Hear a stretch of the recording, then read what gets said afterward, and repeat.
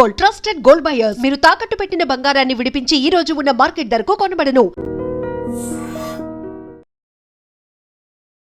వీక్షించేటువంటి I dream ప్రేక్షకులకి పరాభవనామ సంవత్సర ఉగాది శుభాకాంక్షలు. వాగర్థ సంపృక్తౌ వాగర్థ ప్రతిపత్తయే జగతః పితరౌ వందే పార్వతీ పరమేశ్వరౌ. ఆదిత్యాయ చ సోమాయ మంగళాయ బుధాయ చ గురుశుక్ర శనిభ్యశ్చ రాహవే కేతవే నమః. శృంగేరి జగద్గురు పీఠాధిపతులకి, కంచి పీఠాధిపతులకి నమస్కారములు తెలియజేసుకుంటూ కార్యక్రమాన్ని ప్రారంభిద్దాం.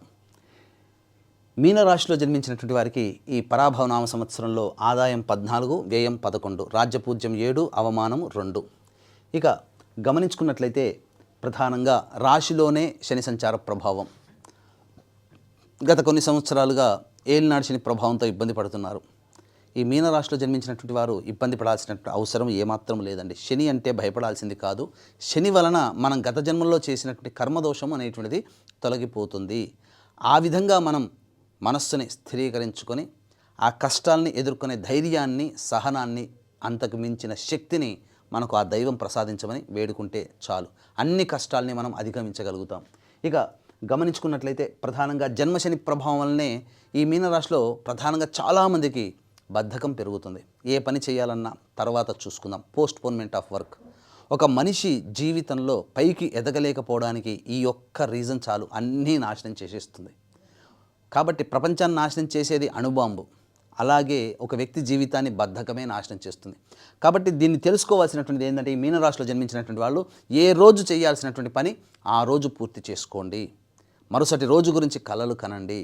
అన్ని విధాలుగా మీకు మంచే జరుగుతుంది. శని నిజాయితీకి, నిబద్ధతకి ఇష్టపడతాడు. కాబట్టి ఎవరైనా కానీ గట్టిగా ఖచ్చితంగా కష్టపడే తత్వం ఉన్నటువంటి వాళ్ళని ఎప్పుడు కూడాను బాధ పెట్టినటువంటి సందర్భము లేనే లేదు. ఆ విషయాన్ని గుర్తుపెట్టుకొని మీరు ముందస్తు ప్రణాళికతో మీ జీవితాన్ని ఒక మంచి మార్గం వైపు నడిపించుకునే ప్రయత్నం చేస్తే ఈ శని దోషము కాస్త శని యోగముగా మారుతుంది అని చెప్పవచ్చు. ఒక్కటి గుర్తుపెట్టుకోండి, ఈ ఏలినాడు శని ప్రభావం ఉన్నప్పుడే ఎన్టీ రామారావు గారికి ముఖ్యమంత్రి పదవి వచ్చింది. కాబట్టి ఇది ఒక్కటి చాలు కదా. కాబట్టి అన్ని విధాలుగా మంచి జరుగుతుందని గమనించుకోవాలి. కాకపోతే మే 31వ తారీఖు వరకు గురువు అర్ధాష్టమ గురు ప్రభావం వలన ప్రధానంగా చేస్తున్నటువంటి వృత్తి, ఉద్యోగ, వ్యాపారాల్లో ఒడిదుడుకులు అనేటువంటివి ఉంటాయి. మీ యొక్క నష్టానికి మీరే కారకులు, మీ యొక్క ఇబ్బందులకి మీరే కారకులు అవుతారు. అహం తగ్గించుకోండి. ఇక్కడ గురువు అర్ధాష్టమ గురు ప్రభావం వలన అహాన్ని తగ్గించుకోండి, ఇగో అనేది పెట్టుకోకండి అనేది మాత్రం సూచిస్తాడు. కాబట్టి జాగ్రత్తలు పాటించండి. సంబంధించినటువంటి సకాలానికి భోజనం చేస్తూ డైట్ కంట్రోల్ చేస్తే ఆరోగ్యపరంగా కూడా ఈ అర్ధాష్టమ గురు ప్రభావంలో వచ్చే దోషాలన్నీ తగ్గిముఖం పడతాయి. ఇక జూన్ 1 నుంచి అక్టోబర్ 30 వరకు ఉన్నటువంటి సమయం చాలా అద్భుతమైనటువంటి సమయం. ఈ మీనరాశిలో జన్మించినటువంటి వాళ్ళు ఎప్పుడూ ఏలినాడు శని ప్రభావం అనుకుంటూ, ఇబ్బందికర పరిస్థితులు అనుకుంటూ చాలా ఇబ్బందులు పడుతూ ఉంటుంటారు కదా. కానీ ఈ యొక్క ప్రభావము చాలా గొప్పగా ఉంటుంది.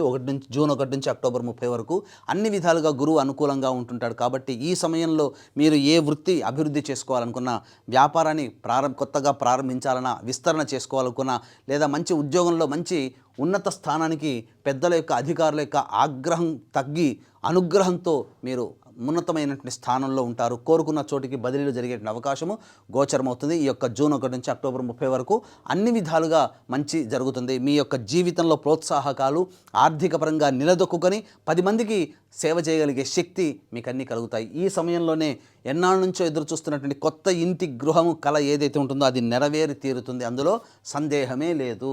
ఇక వివాహానికి సంబంధించి చేయ ప్రయత్నాలన్నీ కూడాను చాలా మటుకు కొలిక్కి వస్తాయి.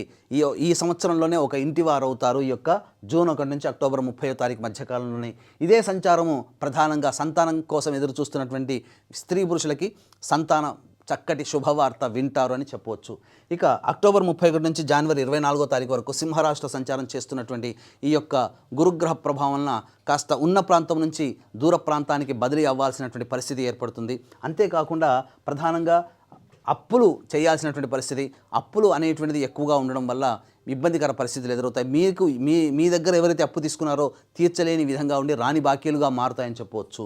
ఇక జనవరి 24 నుంచి మళ్ళీ వచ్చే సంవత్సరం ఉగాది వరకు మళ్ళీ శుభమైనటువంటి స్థానంలో సంచారం చేస్తున్నటువంటి గురుగ్రహ ప్రభావం వలన మంచి జరుగుతుంది. ఇక్కడ 5 నెలలు, ఇక్కడ 2.5 నెలలు, మొత్తం 7.5 నెలలు మీనరాశిలో జన్మించినటువంటి వారికి శుభకాలం.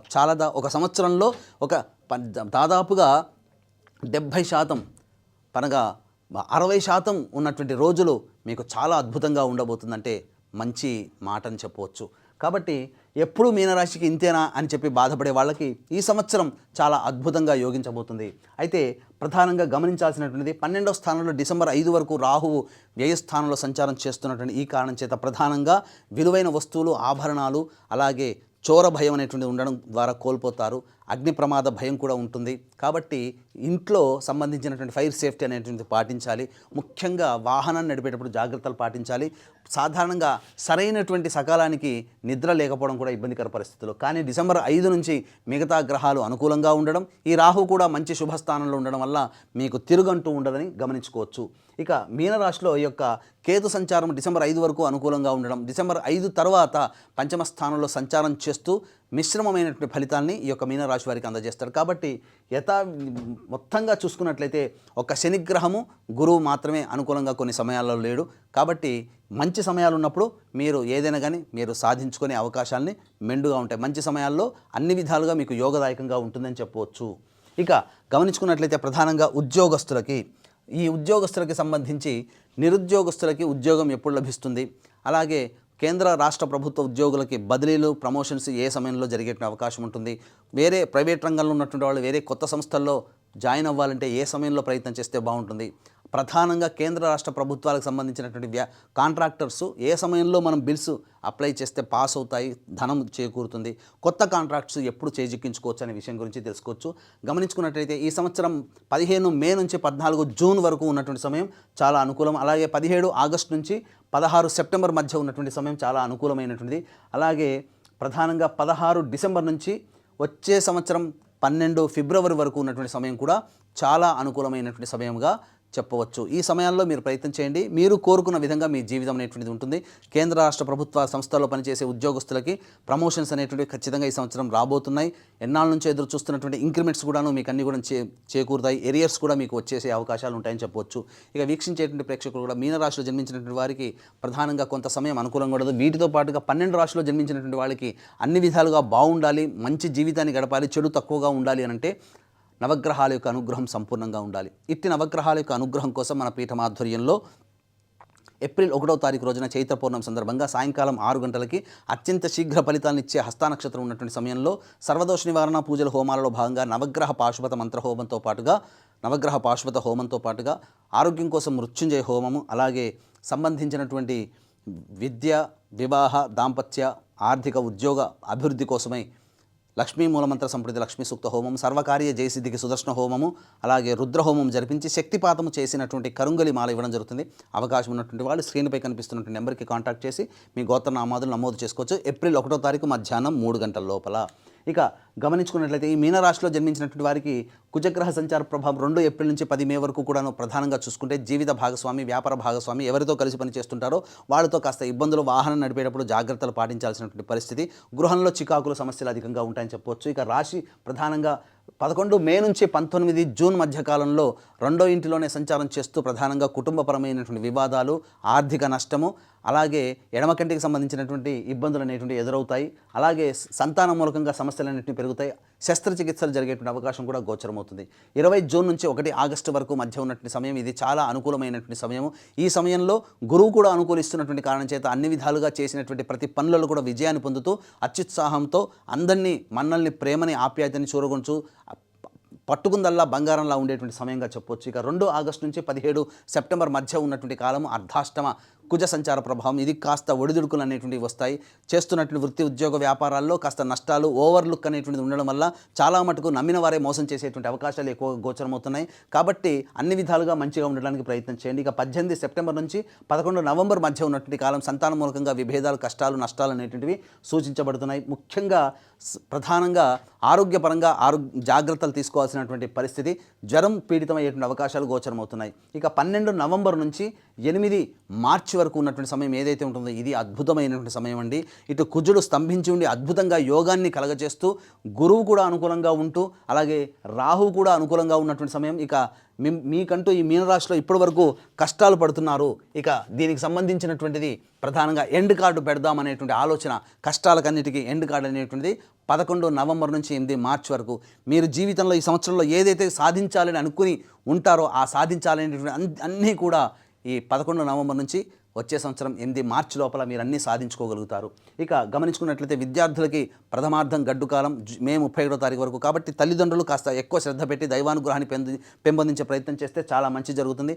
ఈ రాశిలో జన్మించినటువంటి కళాకారులు, అలాగే electronic and printing media, social media రంగంలో ఉన్నటువంటి వాళ్ళు, 24 ఫ్రేమ్స్లో పనిచేసేటువంటి వాళ్ళందరికీ కూడాను అవకాశాలు వస్తాయి. కానీ మంచి అవకాశాలని చేజార్చుకుంటారు. కాబట్టి జాగ్రత్తగా 1-2 సార్లు ఆలోచించి మంచి నిర్ణయం తీసుకొని ముందడుగు వేస్తే అన్ని విధాలుగా ఆదరణ పొందినటువంటి పాత్రలు, పనులలో, అటువంటి సంస్థల్లో మీకు మంచి అవకాశాలు దక్కుతాయని చెప్పవచ్చు. ధనాన్ని పోగు చేసుకుంటారు, అలాగే అన్ని విధాలుగా అవార్డులు, రివార్డులు సొంతం చేసుకుంటారు మీ యొక్క పనితనాన్ని బట్టి. ఇక గమనించుకున్నట్లయితే ఈ యొక్క రాశిలో జన్మించినటువంటి రైతులకి సాధారణమైనటువంటి ఫలితాలే వస్తాయి. ఊహించిన దానికంటే కాస్త తక్కువగానే వస్తూ ఉంటాయి ఫలితాలు, అనగా దిగుబడి రాబడి తక్కువగానే ఉంటుంది. బొటాబొటిగా జీవితాన్ని గడుపుతారు. కాకపోతే ఇంట్లో శుభకార్యాలు అనేటువంటివి చేస్తారు. కొంత అప్పులు చేయాల్సినటువంటి పరిస్థితి కూడా గోచరమవుతుంది. ఇక ఈ రాశిలో జన్మించినటువంటి రాజకీయ రంగ ప్రముఖులకి వచ్చే సంవత్సరం అనగా డిసెంబర్ 5 నుంచి వచ్చే సంవత్సరం మార్చి వరకు కూడా అనుకూలంగా ఉండేటువంటి సమయం. కాబట్టి అన్ని విధాలుగా మీరు ఏదైనా పోటీ చేసినా అందులో ఖచ్చితంగా మీకు పదవి లభిస్తుంది. అధికారుల యొక్క ప్రేమ, అండదండలు అన్నీ కూడా లభించడం ద్వారా ఈ సంవత్సరం డిసెంబర్ 5 తర్వాత మంచి రాజయోగాన్ని పట్టి మంచి పదవిలో ఉంటారని చెప్పవచ్చు. ఇక ఈ రాశిలో జన్మించినటువంటి ప్రధానంగా స్త్రీలకి ప్రధానంగా గమనించుకున్నట్లయితే మీకు ఈ గతంలో కంటే కూడా ఈసారి చాలా మంచి ఆదరణ లభిస్తుంది. కుటుంబంలో గౌరవ మర్యాదలు, సాంఘికంగా పేరు ప్రతిష్టలు సమాజంలో పెరుగుతాయి. తద్వారా మీరు అన్ని విధాలుగా గౌరవ మర్యాదలతో జీవనాన్ని గడుపుతారు. అయితే మీ యొక్క దగ్గర ఉన్నటువంటి డబ్బుకి మాత్రం కాస్త ఇబ్బందికర పరిస్థితులు, అనగా ధనము చేజారిపోతుంది. ఇంట్లో విలువైన వస్తువులు చోరభయం, అనగా చోరీకి గురయ్యే అవకాశాలు కూడా గోచరమవుతున్నాయి. కాకపోతే ఆరోగ్యపరంగా శ్రద్ధ వహించాల్సినటువంటి పరిస్థితి, శస్త్రచికిత్సలు జరగాల్సినటువంటి పరిస్థితి ఎదురవుతుంది. ఈ రాశిలో జన్మించినటువంటి స్త్రీలకి వివాహం జరుగుతుంది, సంతాన ప్రాప్తి కూడా కలుగుతుంది. అన్ని విధాలుగా యోగదాయకంగా ఉంటుంది. కాకపోతే ఎదుటివారిని గుడ్డిగా నమ్మకుండా కాస్త ఆలోచించే నిర్ణయం తీసుకొని ప్రతి పనిలో ముందడుగు వేసినట్లయితే మీదే పైచేయిగా సాధిస్తారు. మీ మాటకు విలువ పెరుగుతుంది. విలువైన ఆభరణాలని ఈ రాశి వాళ్ళు సొంతం చేసుకుంటారు. స్థిరాస్తులు, చరాస్తులు అనేటువంటివి పోగు చేసుకుంటారని చెప్పవచ్చు. ఏతావాత చెప్పొచ్చేది ఏంటంటే ఈ యొక్క రాశిలో జన్మించినటువంటి అందరికీ కూడాను చక్కగా ఉంటుంది. అలాగే విదేశీయానం, విదేశీ విద్యకు సంబంధించి చేయాలనుకునేటువంటి వాళ్ళకి మాత్రం ప్రధానంగా గమనించుకున్నట్లయితే ఈ సంబంధించినటువంటి అక్టోబర్ 31 నుంచి వచ్చే సంవత్సరం జనవరి 24వ తారీఖు వరకు ఉన్నటువంటి కాలం విదేశీ యానానికి, విదేశీ విద్యకు అనుకూలము.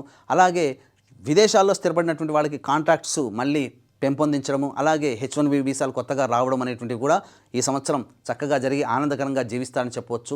ఈ యొక్క మీనరాశిలో జన్మించినటువంటి వాళ్ళు ప్రధానంగా మీ ఇంటికి పడమర దిక్కుగా ఉన్నటువంటి ఆంజనేయ స్వామి దేవాలయానికి లేదా శివాలయానికి చేరుకొని కుమారస్వామికి అష్టోత్తర పూజ, ఆంజనేయ స్వామికి సింధూరము, అలాగే తమలపాకుల సేవ, అప్పడాల మాల ఇవన్నీ వేసి ఒక 3 సార్లు ఈ విధంగా చేయండి. తప్పకుండా మీ సమస్య పరిష్కారం అవుతుంది.